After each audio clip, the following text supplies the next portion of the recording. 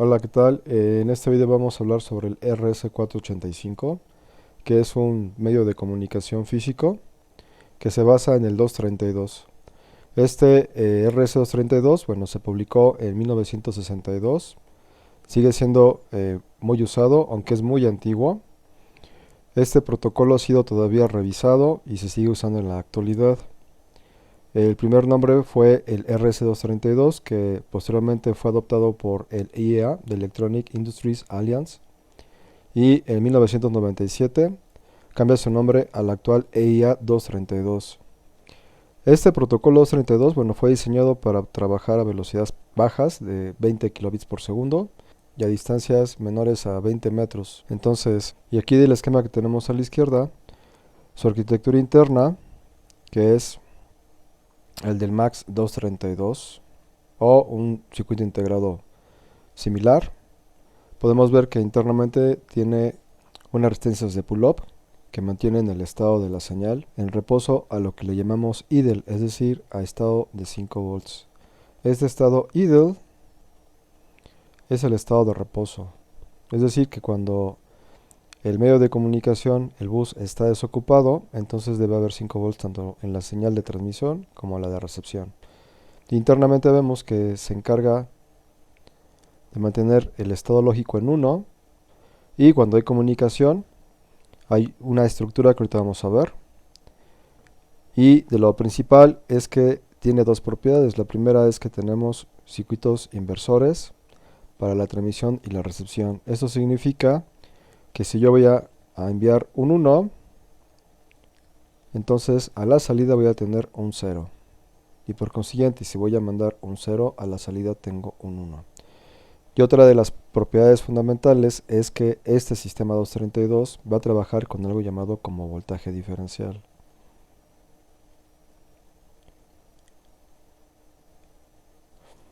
Entonces sabemos que el dato TTL que nos va a entregar el microcontrolador o cualquier sistema digital está trabajando entre 0 y el voltaje de operación, que bueno, en este caso son 5 volts. Si el microcontrolador, por ejemplo, está trabajando en voltaje de 3.3, entonces el voltaje máximo son 3.3.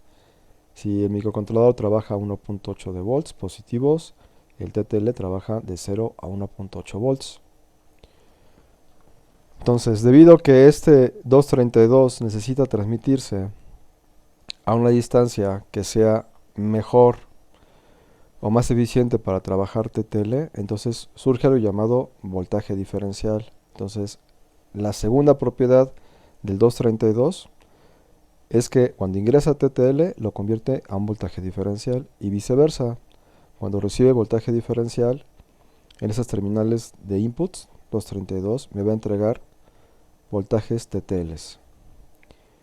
Entonces son dos de las propiedades más importantes del MAX 232. Y aquí, bueno, vemos en este diagrama que el voltaje diferencial invertido, por decir, cuando estoy trabajando entonces enviando un 0, en realidad el sistema va a enviar un 1 y este 1 implicaría una inversión. Entonces el 0 me manda 1, que sería un voltaje positivo. Normalmente el voltaje de operación positivo para el 232 está aproximadamente entre los 7 volts y los más 12 volts. Y cuando quiero enviar un 1, el sistema me envía realmente un 0, pero el 0 equivale a un voltaje negativo. Entonces el voltaje negativo está entre los menos 7 y los menos 12 volts de corriente directa. Entonces en un osciloscopio veríamos esta forma de onda en voltaje diferencial. ¿Y qué ventaja tengo en el TTL hacia el voltaje diferencial? Bueno, el voltaje diferencial nos permite mayores distancias de transmisión de los datos. También es más eficiente a causa de las perturbaciones, el ruido, etc. En cambio el TTL, pues solamente por tener de 0 al voltaje de operación, puede haber deformidades, es más susceptible a la perturbación y es susceptible a la atenuación por las distancias largas. Bueno, y sabemos que cuando tenemos un equipo, voy a bajar la cámara, tenemos un equipo que interfaza el protocolo 232, normalmente las computadoras, que bueno, ya no lo tenemos el día de hoy, trabajamos con un conector DB25 de comunicaciones. También salió un conector DB9. Entonces, anteriormente teníamos el puerto de comunicaciones de 9 y 25 pines. En ese entonces se trabajaba con este tipo de conexión. Cuando yo quería interfazar conexión entre un DB9 y un DB9, entonces hay terminales de transmisión y recepción de XRX, pero había otras terminales que trabajaban para el hijacking y el control de flujo, llamados RTS, CTS, DTR y DSR. Por consiguiente, si este fuera el sistema que transmite el transmisor y este fuera el sistema receptor, entonces tenemos que mantener conectado el TX con el RX, comunicación cruzada, el RX con el TX, pero las terminales de control de flujo de handshaking, RTS tenía que ir con el CTS, CTS con el RTS, DTR con DSR y DSR con DTR. En el caso de la conexión serial entre el DB9 y el DB25, sucede exactamente lo mismo. Tenemos las mismas terminales de comunicación, TX con RX, RX con TX y handshaking y control de flujo, RTS con CTS, CTS con RTS, DTR con DSR, DSR con DTR. Y en ambos casos, bueno, la tierra común, ground. Al equipo transmisor se le conoce como DTE, que es un equipo de terminal de datos, y al equipo receptor se le conoce como el DSE, que es un equipo de comunicación de datos. Entonces, el protocolo indicaba que tenemos que trabajar con un transmisor o DTE y un receptor o DSE, en el que DTE y DSE podían ser desde una computadora, un microcontrolador o cualquier otro equipo que trabajara con el 232, sea en el DB9 o DB25. Bueno, este tipo de conexiones en el 232 demandaba tener 2, 4, 6, 7 conexiones. Entonces, observando las terminales de control de flujo y handshaking, nos damos cuenta que si nosotros puenteamos el RTS del transmisor con el CTS, perdón, entonces este lo puenteamos en el equipo transmisor, igualmente esas dos terminales las puenteamos en el equipo receptor y entonces desaparecen esas dos terminales. Lo mismo con el DTR y DSR, si estas dos las puenteamos y en el equipo receptor también las puenteamos, entonces podemos eliminar estas dos terminales. De forma tal que la comunicación 232 se puede limitar solamente a una conexión de tres terminales. Entre el DB9 y el D25 exactamente lo mismo. Estos dos se puentean en el equipo transmisor. En el receptor estos dos se puentean. Y entonces también de igual forma eliminamos cuatro conexiones, quedando la comunicación en tres terminales.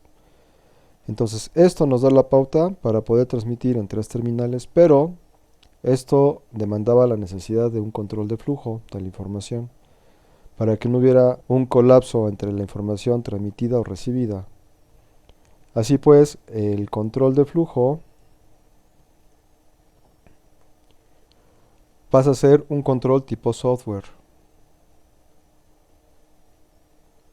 Que esto, bueno, ya se conoce, por ejemplo, en la configuración del AVR, cuando estamos trabajando con el WART o el USART.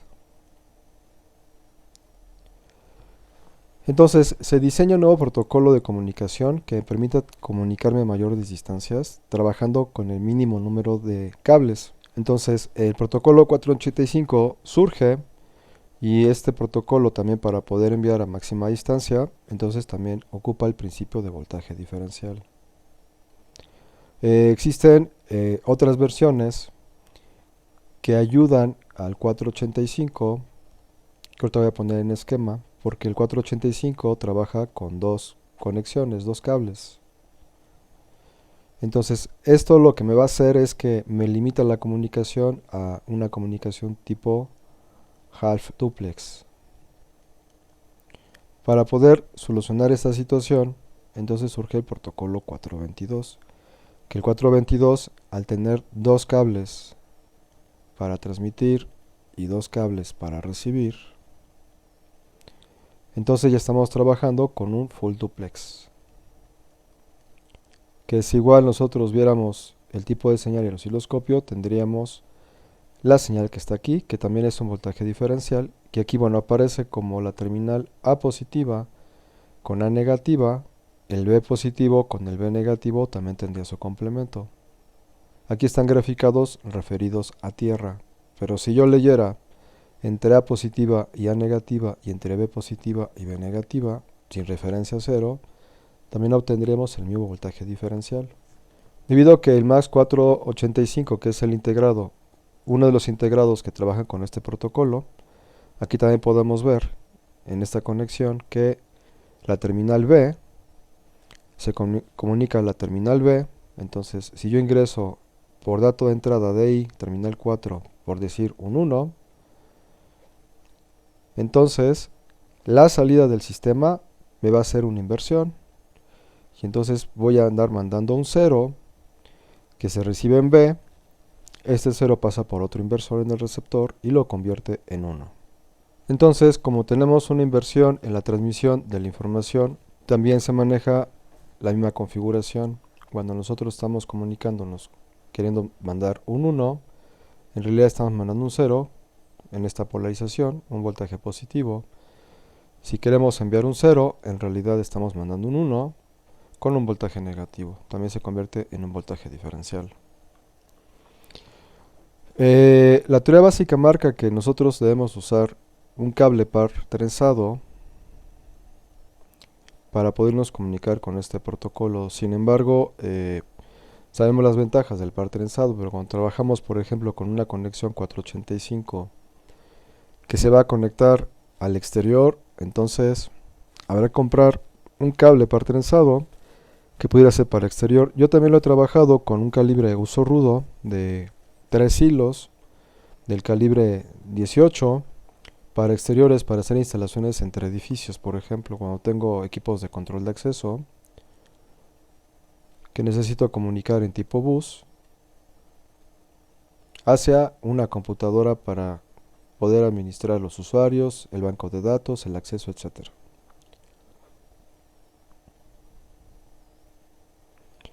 Una de las ventajas del 485 es la distancia de comunicación entre el transmisor y el receptor, que en teoría dice que está aproximadamente entre 1.2 kilómetros. Entonces mucho más larga la distancia que en el 232. Otro de los puntos importantes del protocolo 485 es las terminales de control de información.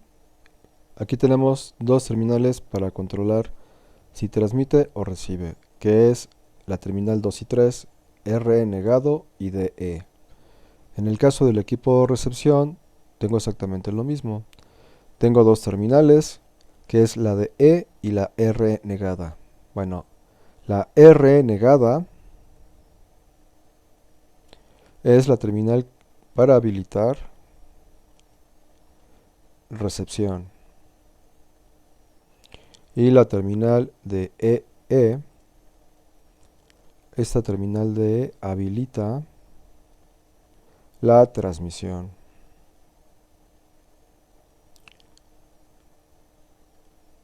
En algún video del curso 1, bueno, se conecta o se ve conectado el RE que está negado directamente a tierra y el DE a voltaje de operación positivo. Bueno, es un esquema para representar la configuración, sin embargo, esto no es absoluto. La forma correcta de conectar el R negado y el DE no es que funcionen al mismo tiempo. Si se conectan al mismo tiempo el R negado a tierra y el D a voltaje de operación positivo, el 485 corre el riesgo de dañarse. No es la configuración correcta. La configuración correcta es la siguiente.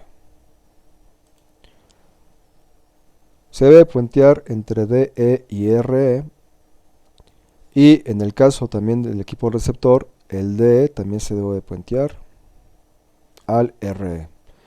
Y entonces, si yo tengo un transmisor y un receptor con el protocolo 485, lo conveniente es que en la primera etapa ambos sistemas se encuentren en modo recepción. Esto implicaría que el R negado debe estar en cero lógico. En el equipo receptor, el R negado también debe estar en un cero lógico. De esta forma, ambos se encuentran en recepción. En el momento que el equipo transmisor quiera transmitir al receptor, entonces la terminal DRE se debe conectar a un voltaje 1 positivo, a voltaje 1 lógico. Y entonces administra la comunicación con el receptor, termina la comunicación y cuando el equipo receptor quiere enviar información al transmisor, entonces igualmente la terminal de control DE debe pasar a ser 1 lógico, es decir, el voltaje de operación positivo. Entonces, estas dos formas de conmutar la transmisión y la recepción entre los dos equipos, repito, es puenteando DE con R negado, y tanto en el transmisor como en el receptor, simplemente se debe cambiar 0 o 1, y en el receptor 0 o 1. Bueno, hay formas de poder controlar la terminal para el control de transmisión o de recepción. Bueno, si este 485 lo ocupamos para la transmisión de módulo Modbus, entonces aquí estoy esquematizando lo que sería la parte del circuito maestro, en donde yo estoy conectando un MAX 485, que puede ser también el modelo DS3695 o TLC2863, en donde ya tengo las terminales de salida o de entrada de datos y tengo las terminales D y R negado, están puenteadas y le vamos a llamar control. Entonces una de las formas de controlar cuando quiero que este MAX 485 transmita, entonces control lo puedo controlar con el mismo AVR. Hay otras formas en las que se puede controlar a través de un transistor. Entonces el transistor en polarización NPN, configuración emisor común, salida por emisor. Entonces si yo ingreso un 0, a la salida del emisor tengo el 1. Si yo tengo 1 a la base, a la salida del emisor tengo un 0. Entonces por medio del transistor es una forma de controlar las terminales de transmisión o de recepción del MAX 485.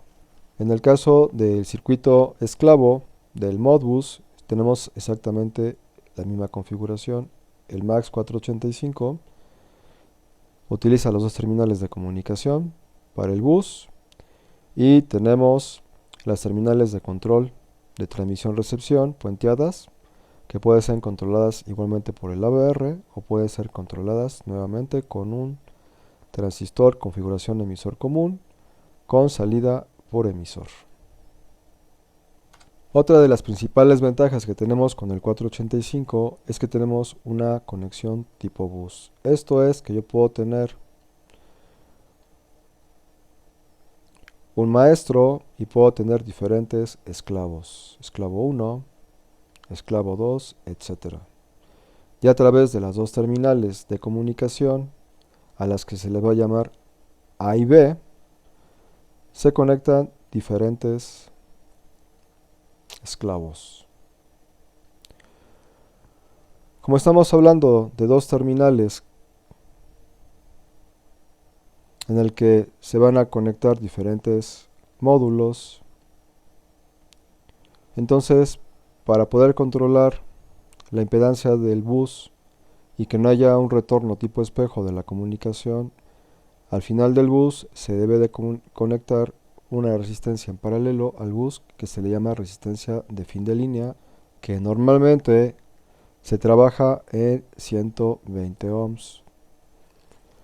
Esto es por el lado del receptor o el último esclavo conectado al bus, y en el caso de que hubiera algún problema de repetición, de colisión o de datos reflejados, entonces también en el equipo conectado en el extremo de la derecha del bus, que es el maestro, también lo sugerible en algunas ocasiones es conectar también la resistencia de EOL.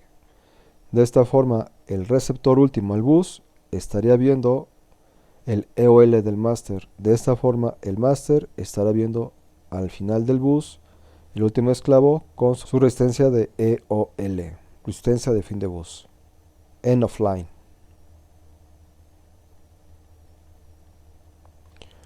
Bueno, este protocolo 485 entonces nos da la ventaja de conexión de bus, algo que no nos permite hacer el protocolo original RS232.